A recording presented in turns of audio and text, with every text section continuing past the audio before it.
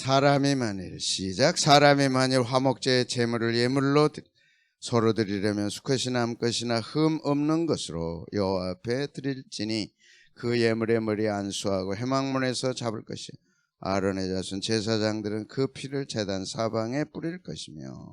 아멘. 정리합니다. 자꾸 들어야 되고 또 신앙은 반복이고 또 듣고 또 듣고 평생 듣고 또 듣고. 여러분들은 마음에 일회용이 아닙니다. 평생 듣고 또 듣고 사랑하고 마음에 새기라. 귀로 들으라가 아니라 마음에 새기라. 마음이 새겨질 때까지 하시는 것이 하나님의 명령에 순종하는 것입니다. 짐승을 잡으라 3장 1절 그랬는데 흠 없는 수컷과 암컷 화목제물로는 소, 양, 염소 흠 없는 것으로 드려라. 하나님이 기뻐 받으시도록 흠 없는 것으로 드려라 그랬습니다. 그러니까 짐승은 흠 없는 것이다. 이것은 예수님이 흠 없으심을 예표하는 것이고 상징하는 것입니다. 예수님과 연결되고 그것이 나와 연결되고 하나님 말씀, 예수님, 나. 내 신앙도 흠이 없어야지. 다들 그런데 꼭 그래야 되나? 꼭 그래야지. 왜? 하나님 말씀이니까. 하지 말라는 것은 하지 말아야 되고 하라는 것은 해야죠. 목숨 걸고 지켜야죠. 그것 외에는 정답이 없습니다. 하나님의 말씀은 뭐라고요? 정답입니다. 인생의 정답입니다. 세례 받을 때 다 여러분이 고백하고 직분 받을 때 다 했어요. 신앙과 생활의 기준임을 믿느냐? 네 했어요. 네 했다면 하나님은 그거 기억하시는 거예요. 네가 신앙과 생활의 삶의 기준이라고 하나님의 말씀을 고백했는데 또 그렇게 살았느냐? 대답해놓고 안 산 것은 여러분의 책임이에요. 저는 톡톡히 그걸 경험했죠. 네가 들었으니 네 책임이다. 충격받았어요. 네가 들었으니 네 책임이다. 들은 것에 대해서 하나님은 묻습니다. 네가 그렇게 살았느냐? 누가 뭐라 할 것 없이 우리는 말씀대로 하나님께는 뭐 하는 걸요? 흠없는 것을, 늘 흠없는 것을 드려라. 그 다음에 안수하라 그랬죠? 예배자가 짐승을 가져와서 그 머리에 안수해라. 그림에는 5명이 되어 있네요. 안수하면 어떤 일이 일어나요? 속죄가 일어난다. 그래서 대속, 그 짐승에게로 죄가 전가돼 갑니다. 외우셔야 돼. 이런 용어들은 외우셔야 돼. 내게서 죄가 누구한테로 가요? 짐승에게. 그럼 내가 주님 앞에 나와 고백할 때 내 죄가 누구에게로 가요? 예수님에게로 가요. 그럼 내 죄가 있어요, 없어요? 없죠. 이미 옮겨간 거죠. 그래서 회개는 중요합니다. 죄가 생각나면 그 자리에서 회개하셔야 돼요. 왜? 제 죄가 주님에게로 가죠. 예수님 십자가에 돌아가실 때 몽땅 죄를 다 지고 갔는데 또 회개할 필요 있나? 그럼요, 있죠. 사함을 받기 위해서가 아니라 정함, 깨끗함을 받기 위해서. 죄는 사했을 때 깨끗함을 받지 못할 수 있잖아요. 그래서 생각나게 하시면 또 고백하고 또 고백하고. 그래서 몸은 목욕을 했기 때문에 다 씻을 필요가 없다. 발만 씻으면 된다. 그래서 예수님 베드로에게 말씀하셨잖아요. 늘 길 가다가도 깨닫게 하시면 주님 용서해달라. 주의 보혈로 씻어달라. 꿈속에서라도 죄 지었다면 일어나서 그 자리에서 주님 용서해달라. 아멘. 해요 안 해요? 해야 돼 안 해야 돼? 해야 돼. 성령의 역사인데 무시하면 하나님 다음에는 고개 흔드시는 거예요. 너는 안 되겠다. 안 될 때는 어떻게 돼요? 하나님이 책임을 못 지시는 거죠. 그래서 성령에 민감하라. 성령을 소멸치 말라. 좋은 분들 만나서 좋은 말씀 듣고 나를 따독거리고 나를 돌아보고 깨닫게 하고 필요하죠. 죄가 넘어가서 동일시된다. 중요한 게 동일시입니다. 그래서 짐승과 내가 하나 되는 동일시. 그래서 내가 죽은 것이다. 죄는 내가 짓고 죽는 거는 네가 죽는 거야. 신앙의 기초 아닙니까? 나는 죄가 없어요. 아이고, 내가 뭘 잘못했어요?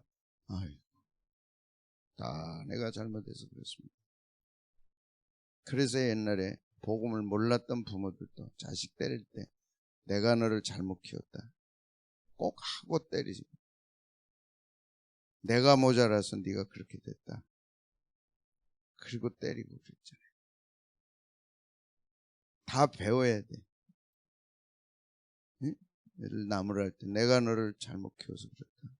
내가 너한테 좋은 본을 보이고 잘해야 되는데 너한테 못해서 네가 그렇게 됐구나.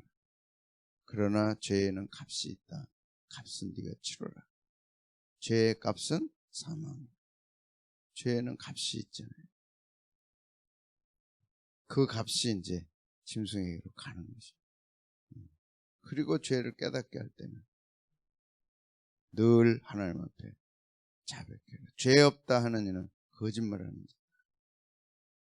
예수 믿는 요한일서 1장 8절 9절 10절 죄 없다 하는 이는 거짓말하는 자. 아사셀 염소 어제도 했죠. 예수님은 아사셀 염소 내 죄를 지고 광야로 가서 죽는 거죠.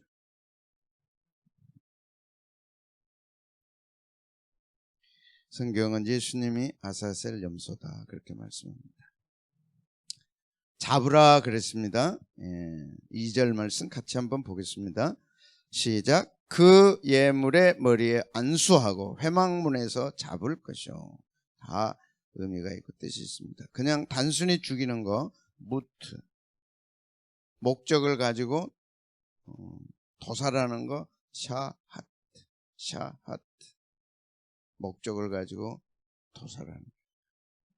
이 의미 속에는 잔인하게 죽는 것이 포함되어 있습니다. 목적이 있을 때는 잔인하게 죽이잖아요. 어쩌다가 죽는 거, 죽이는 거, 무트, 목적을 가지고 도살하는 거, 샤하트. 예수님은 목적을 가지고 이 땅에 오셔서 목적을 가지고 십자가에 죽으셨죠. 잔인하게 죽임을 당하셨어요. 레이기는 그림이고 그림을 그릴 수 있잖아요. 죄에 대해서, 죽음에 대해서, 핏부림에 대해서 그 의미를 정확하게 이렇게 가르쳐주고 해석해주는 것이 신약의 말씀, 신약의 예수님. 그래서 구약의 그림이 신약에 이렇게 성취됐다 하는 걸 보여주기 때문에 예배도 이론이 아니고 삶이고 현실이고 드라마틱한 드라마다 하는 걸 레위기를 통해서 하나하나 한 동작 한 동작이 한 동작 한 동작 볼 수 있죠. 한 단어 속에서 하나하나 예배자의 삶과 마음가짐과 신앙을 보게 됩니다. 그리고 또 해석하고 깨닫고 돌이키는 거죠. 잡아라. 어떻게 잡느냐? 목적을 가지고 잡는 거예요. 내 죄를 네가 지고 죽는 거다. 그 대신 반드시 아무 데서나 하지 말고 회막문 앞 북편에서 해라. 회막 장소를 가르쳐 주시고 방향까지 정확하게 가르쳐 주세요. 예배는 내 뜻이 없습니다. 하나도 없습니다. 하라는 대로 해야 됩니다. 그래서 자세하게 해줬어요. 우리도 이제 말씀 따라 해라. 영과 진리. 영은 내 영, 깊은 곳에 있는 중생하고 거듭난 영. 진리는 말씀. 하나님이 모세에게 이르시되, 그래서 레위기가 시작됐습니다. 그래서 레위기란 원래 말씀은 원래 성경책 제목은 모세에게 이르시되 모세에게 이르시되, 그래서 레위기로 바뀌었죠. 이르시되. 구약의 제목은 첫 단어, 첫 단어 나온 것이 제목이었어요. 책 제목. 레위기는 이르시되입니다. 예배는 어떻게 드려야 돼요? 이르신 대로 드려야 돼요. 그러려면 알아야지. 하나님이 원하시는 게 말씀하셨는데 이르시는 대로 드려야지. 거기에서 지금 많이 이탈된 것 같다는 거죠. 그래서 레위기로 돌아와서 하나님이 말씀하신 대로 예배를 드려야 된다. 또 듣고 지금 또 듣고 그런 거죠. 북편에서 드려라. 예, 문, 그 다음에 회막문의 북편에서 동, 서, 남, 북. 문은 항상 동쪽에 있죠. 에덴 동산도 어디라고요? 동편, 그래서 동쪽. 에덴 동산의 동쪽, 에덴의 동쪽. 그러잖아요. 동쪽에 해가 뜨는 거죠. 해 뜨는 곳에 주님이 상징적으로 임하시는 걸, 계시는 것을 상징하죠. 그래서 항상 동쪽이 하나님을 향한 곳이고, 이 성막의 문은 오직 하나 있습니다. 이 문 하나. 근데 장소까지도 네가 결정해라가 아니고 네가 원하는 대로 해라가 아니라 북편에서 드려라. 북편에서. 볼까? 1장 11절 보겠습니다.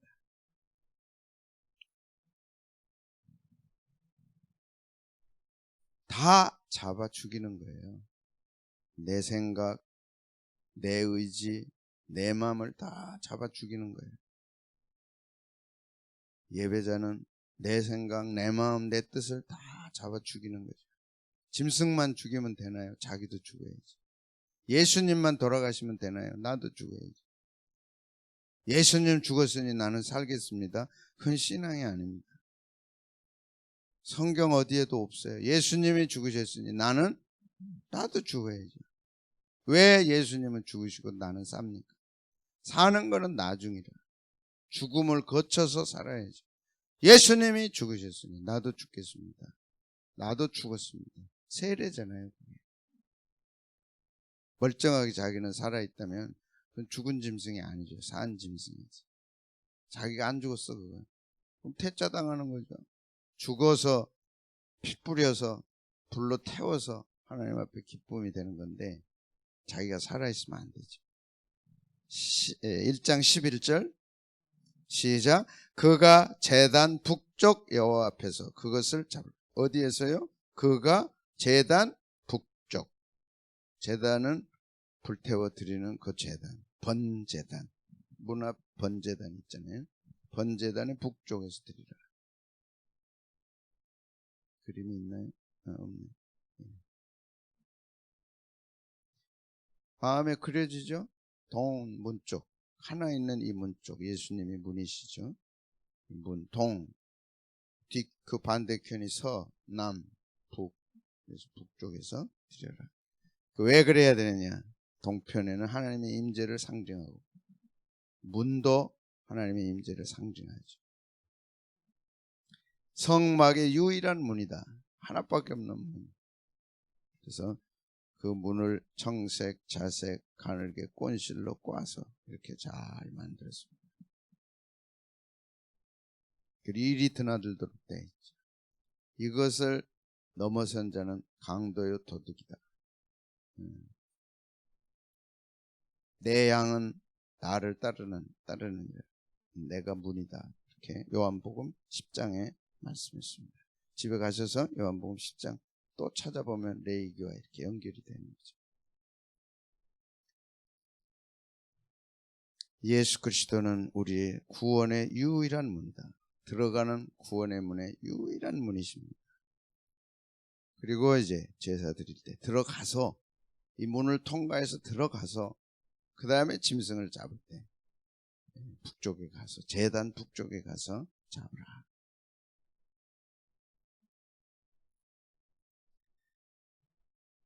이것은 하나님께 드려지는 번제물의 죗값을 나타내는 동시에 하나님 앞에서 인간의 마땅한 운명을 상징한다. 번제물의 죗값으로 선택돼서 와서 죽는 거죠.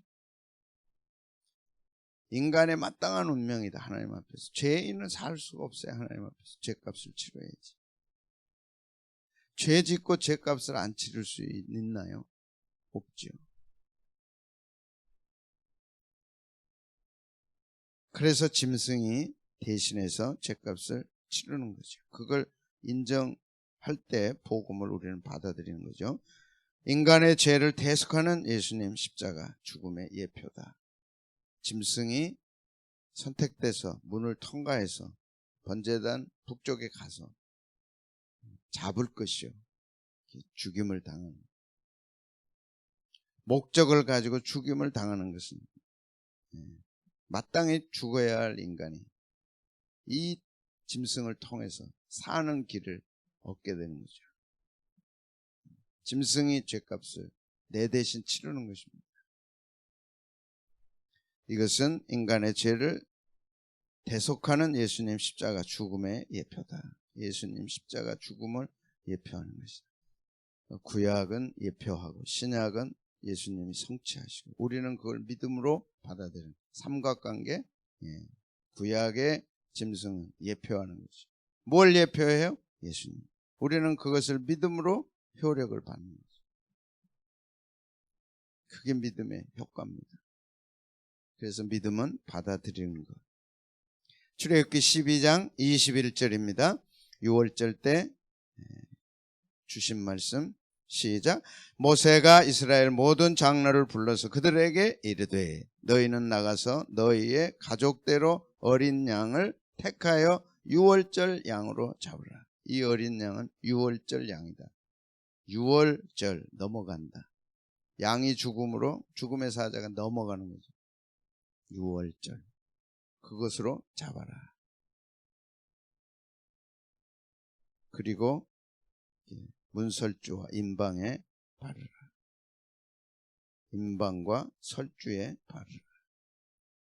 이것도 예표. 이 피는 예수님의 피 상징하는 거죠. 예수님은 이 피를 흘리시고 성취하셨습니다. 그 피값으로 우리는 넘어가는 거죠. 죽음의 사자가 넘어가죠. 사람들은 내가 죽을 때 죽었다 그러는데 나는 죽지 않는다. 믿으면 아멘. 안 죽어요. 믿는 자는 죽지 않아요. 육체는 죄값으로 흙으로 돌아가는 거지 죽지 않아요. 단지 이 땅에서 못 만날 따름이지. 근데 잠시 후면 만나죠. 천국에서. 죽음이 없어요. 우리는. 지나가는 거예요. 이해되면 하면 육체가 남니까 영혼이 남니까? 육체가 나예요? 영혼이 나예요? 무슨 말인지 모르겠어요? 에? 육체는 집이죠. 내가 사는 집이 있죠. 집이 여러분이에요. 집 안에 사는 여러분이 여러분이에요. 그러면 육체는 집이에요. 흙이에요. 흙. 나는 하나님이 불어넣어 주신 생기가 내 안에 들어와서 내가 된 거죠. 육체가 나예요? 내 안에 있는 영이 나예요? 근데 사실은 두 개가 합해져야죠. 그러나 죽음 앞에서는 육체는 흙으로 돌아가요. 그러나 나는 여전히 100% 나예요. 그죠? 영혼 속에 들어있는 내가 100% 나예요. 언제나 실체는 영혼 속에 있죠. 육체는 흙에서 살아나면 되는 거예요.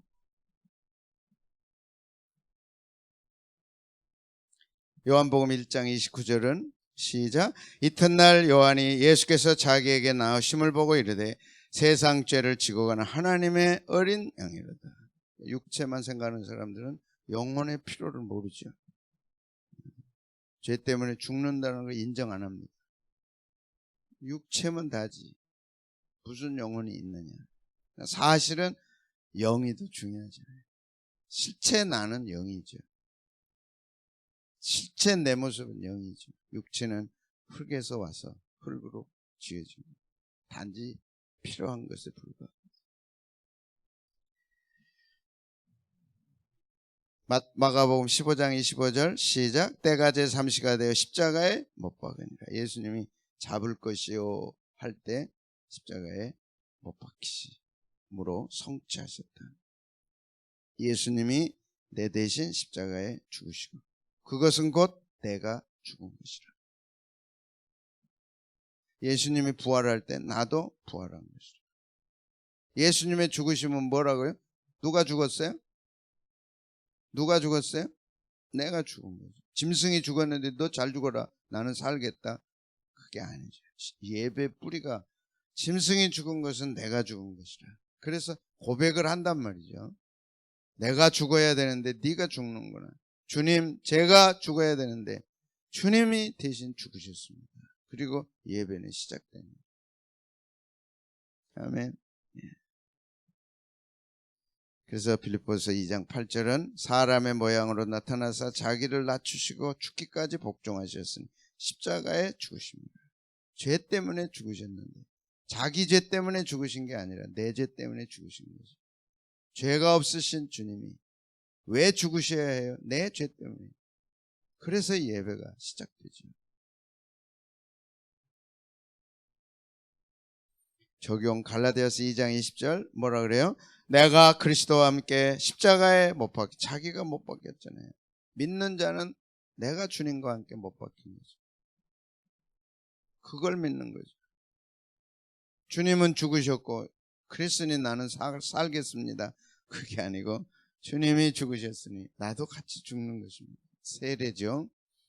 그런즉 이제는 내가 산 것이 아니고 오직 내 안에 그리스도께서 사신 것이라. 주님이 사신 것이라. 내가 주님과 함께 십자가에 못 박혔다. 이제 내가 육체 가운데 사는 것은 나를 사랑하사 나를 위하여 자기 자신을 버리신 하나님의 아들을 믿는 믿음 안에 사는 것이다. 주님이 사시는 삶을 살아가는 것입니다. 재물 아닙니까? 예. 나는 죽었어요. 나는 죽었어요. 같이 죽는 거죠. 그 신앙 고백이 있어야죠.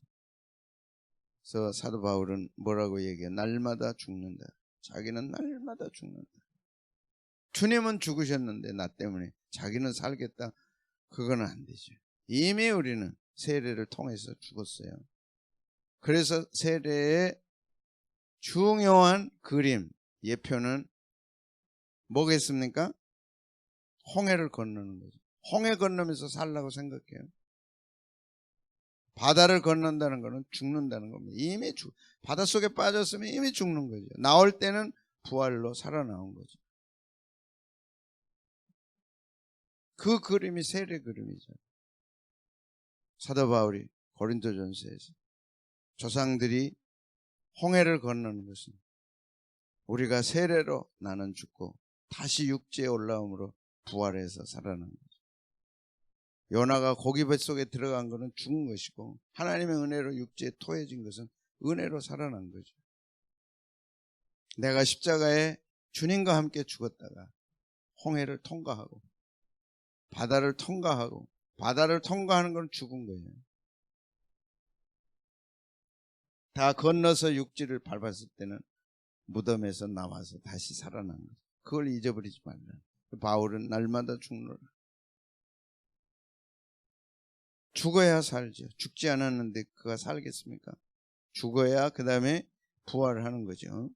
예, 그리스도인은 죽어야 되고 날마다 죽어야 됩니다. 그리고 날마다 살아납니다. 오늘도 나는 죽고 그리스도가 사는 삶을 사시기를 축복합니다. 짐승이 죽을 때, 처절하게 죽어갈 때 자기는 살겠다 그래요. 네가 살려고 하면 죽을 것이요 죽으려고 하면 살 것이라. 아멘. 예배자의 마음입니다. 신앙입니다.